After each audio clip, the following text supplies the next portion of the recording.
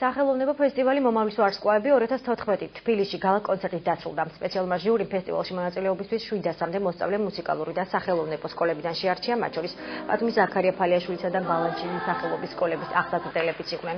ფესტივალის საუკეთესო მონაწილეები ნოემბერში ბათუმში დაგეგმილ კონცერტში მიიღებენ მონაწილეობას. კლასიკური მუსიკის მე-7 რესპუბლიკური და მე-13 საერთაშორისო ფესტივალი საქართველოს ხელოვანთა კავშირის ორგანიზებით ტარდება.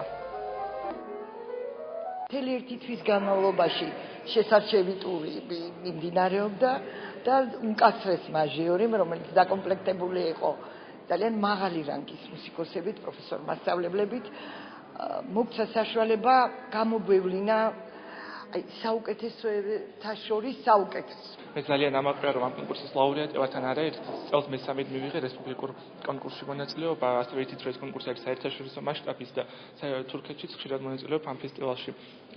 მე აღნიშნე, რომ ეს არის დიდებული პროექტი, ამიტომ ემსახურება ახალგაზრდა ნიჭიერი მუსიკოსების აღმოჩენას, მათ მომავალ განვითარებას, ხელს უწყობს მათ საზოგადოებაში გამოსვლას და მათ სამომავლო კარიერას.